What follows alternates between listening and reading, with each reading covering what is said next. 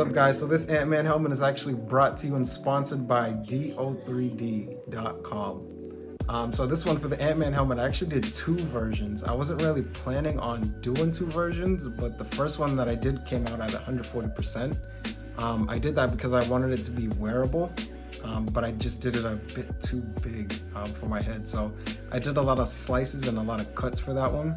And on that, when doing that, no issue from the from do3d.com.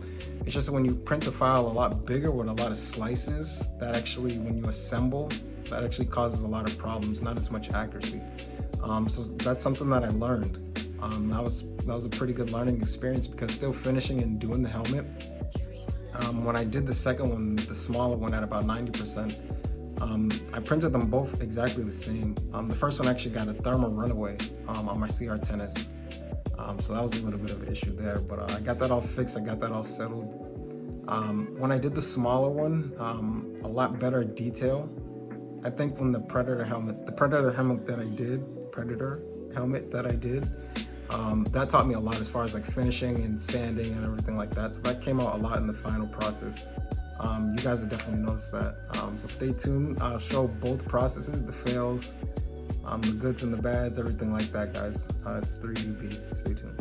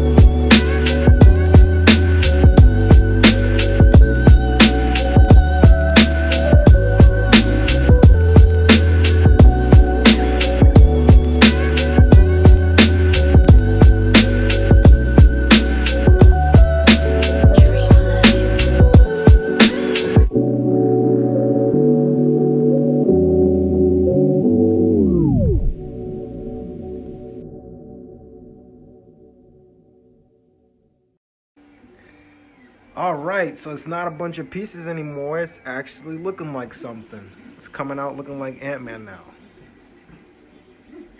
Like I said, this thing is humongous.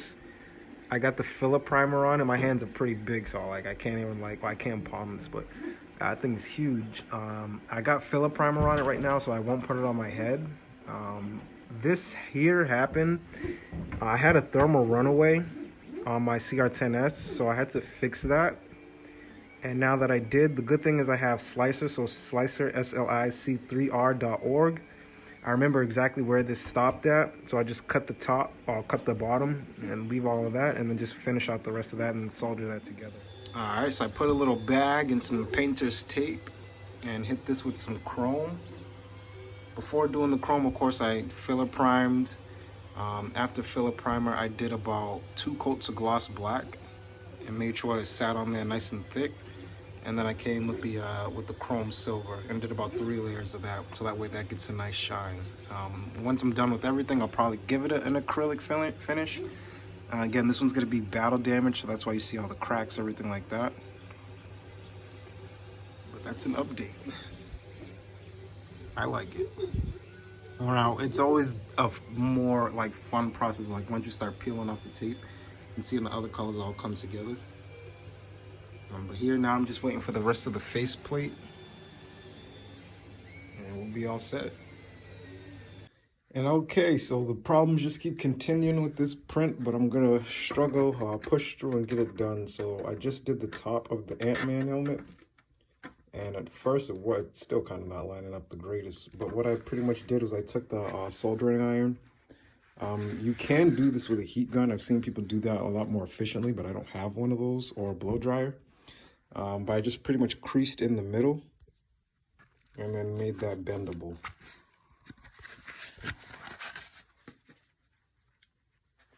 Well, it's gotten a little hard now, but I made it bendable because it wasn't fitting on there perfectly. Now I got a little bit better. Now that's just going to be a simple fix I like Bondo, just to close those little gaps. Yeah, but this has been one of the more challenging builds that I've done so far. There's just so much to it, and then the size that I did it, I just really didn't help. The file is amazing though. Like there's so much good quality in the file. I just did everything way too big. And now I'm having issues with it. But besides that, I definitely like this file. I think this is still going to come out cool. I just wish that I looked at the sizing. But hey, you live and you learn. And I'm just going to connect these two parts.